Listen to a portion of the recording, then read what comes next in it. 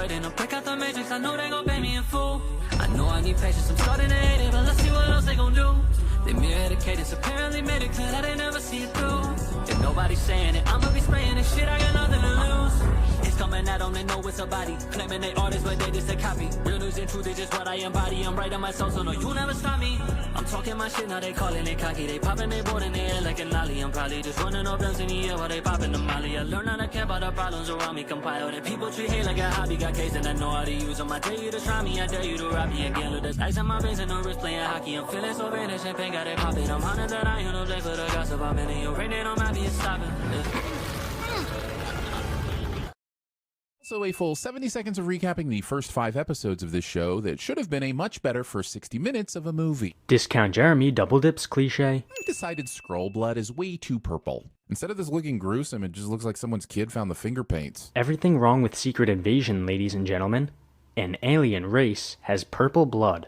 Oh no, however will we recover? We're going to find out in a second. Not Nick Fury exited this car after lining up this straight shot for the vehicle to act as a decoy. My question is, how did he escape the car without these 2 guards spotting him? They're clearly looking right at the vehicle from 50 feet away. Did he use that ridiculous tunnel laser from Winter Soldier again? She, cause let's not forget it's actually Gaia, obviously left the car well before it came into the guard's view. How the hell is that not obvious? Vladimir has strenuously denied responsibility. Naming your fictional Russian president Vladimir. If you want to make him Putin, do it. But this middle-of-the-road tee-hee bullshit is annoying. But why? Can you explain? If you can't explain, then why did you keep this in the video? You need to provide justifications for any assertions you make. That's how it works. Otherwise, people with common sense can't and won't accept said assertions. Oh, he strenuously denied it. Then I guess we're all right then. I mean, it's no more ridiculous than how over-the-top and pushy you're being about attacking Russia. This is the pot calling the kettle strenuous. Isn't that kind of the point, though? Both sides are being pushy. Fake Rhodey simply has video of supposedly Nick Fury murdering Maria Hill, so his side seems more logical. And it's the Russians, 100%. While I'm glad we've moved away from the ludicrous 1000% nonsense, the scourge of the 100% is still very real. Please be advised, there are very few situations where humans should have 100% certainty about something. Yeah, but that's still not a sin. Rhodey is an alien who's trying to convince the president that the attack was carried out by Russia. Saying a percentage less than 100 would not help his case. Fury? Why are we concerned about Fury? We got enough security for him. This is a valid point. And the idea that cocky Fody would in any way panic about Old Man Fury, a person whose strength he has scoffed at this entire series, is ludicrous. Not really. Rhodey scoffed at Fury before he stopped the nuclear strike, which showcased how much gas Fury still has in the tank. After that display, Rhodey would be reasonable to at least have some level of caution around Fury, even if he knows he's not at his best. What about that invisible cloak and shield? Actually, Gravik... Skip.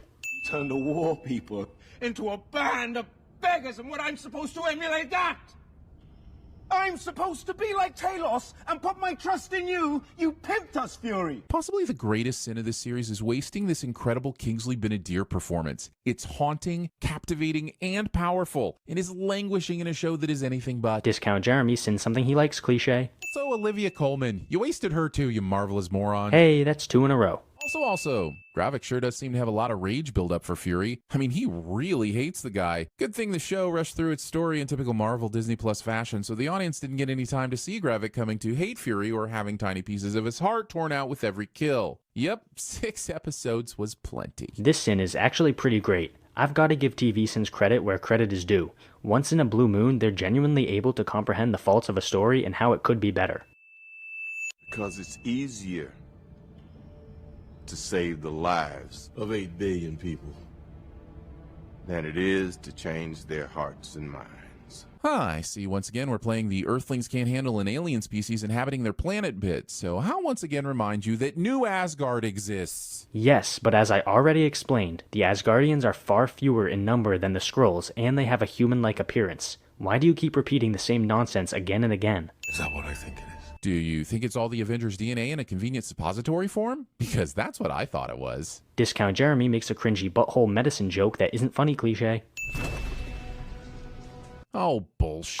You didn't hook that vial up to anything. You just stuck it in your little microwave with tubes inside. This cannot be how a DNA reader works. Discount Jeremy questions super advanced science fiction technology in a science fiction universe. Also, how is your little computer able to identify all of this DNA if you didn't already have known samples to compare them to? How is the computer programmed to recognize the DNA of Thanos' henchman, Ebony Maw? Even if you somehow collected his blood, there's no way you'd be able to identify it. This is another good sin.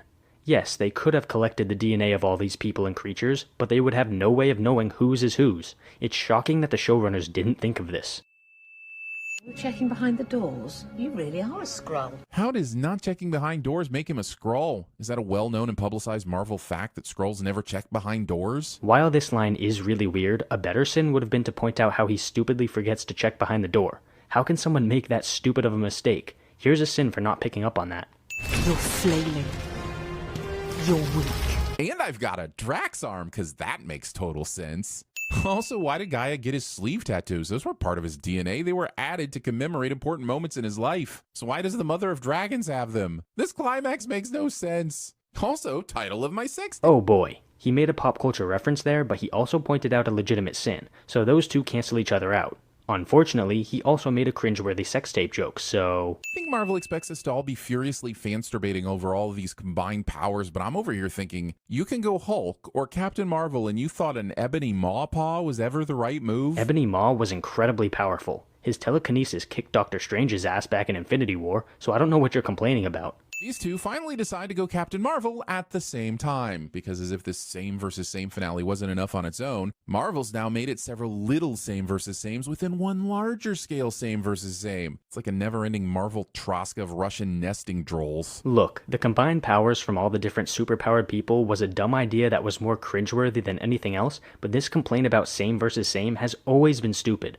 Watching people with a massive power imbalance fight each other wouldn't be entertaining because it would be over within seconds. She went from zero to full mantis so fast. Does just having the DNA cocktail give you the expertise to even use the powers you might have? Like, you can give me the DNA of Jordan and I might get taller, but I'm not dunking from the free throw line 30 seconds later. Now that I think about it, this show basically steals its plot from Space Jam, and that explains a lot. That fake-ass laugh. Also, Discount Jeremy makes a pop culture ref. Also, despite the previous two sins, he did make a very good point here, so I'll take back another sin. I have all these powers and I choose uppercut, leg chop, neck grab. I mean, it worked, so what's your point? How long have you been in here? Asking a question that the person you're asking it to would have no way to answer, and that the show you're on has no interest in revealing yet. Pointing things out on the screen. This dumb, way too curvy intersection. Wait, what? Is he sinning something that literally exists in real life? You can't make this shit up. Dude, you're supposed to be sinning the show, not real life. That is why tonight I'm presenting to Congress for immediate emergency authorization a bill that designates all off-world-born species enemy combatants. Man, those poor guys in New Asgard are f***ed. The Skrulls lost one home, but the Asgardians are apparently about to lose home number 2. See, the previous sins regarding New Asgard were dumb, but this is actually a good point. This bill should affect New Asgard, and if it doesn't, that will be a legitimate sin. Of course, we don't yet know what will come of this, so I won't be giving a sin or removing a sin here. Well, let's be sure not to repeat the mistakes of Talos and Fury. Wait, who? Talos. Talos? Did you just pronounce both of those syllables wrong? Isn't it Talos? Just because you're British doesn't mean you get to waltz in here with your hoity-toity queen speech and change how names are pronounced. Although, I guess I should be thanking you, because now that the show itself can't even agree on how a name is pronounced, that'll keep people in the comments from saying I'm saying things wrong. That fake-ass laugh.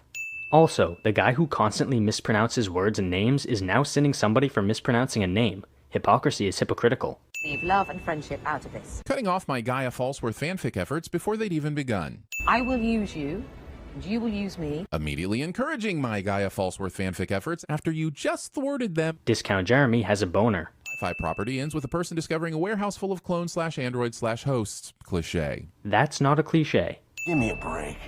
There's only one way this ends. Is it with Mulder and Scully showing up? Because that's the only way you're getting any sins back on this episode. Discount Jeremy makes a pop culture. If you truly care about the Skrulls, get them off my planet. But it's not your planet, Britain's just the president of the US, right? Or is it more like a Nixon Futurama situation? You're right, of course, that the planet doesn't just belong to the President of the United States, but that's still not a sin. The show is simply saying that the President sees things this way, and given that he's a politician, that kind of makes sense. That I love you. As I am. Only as you are. Although, now that I think about it, maybe back to the human teeth during makeout sessions and other mouth-related activities? That's racist.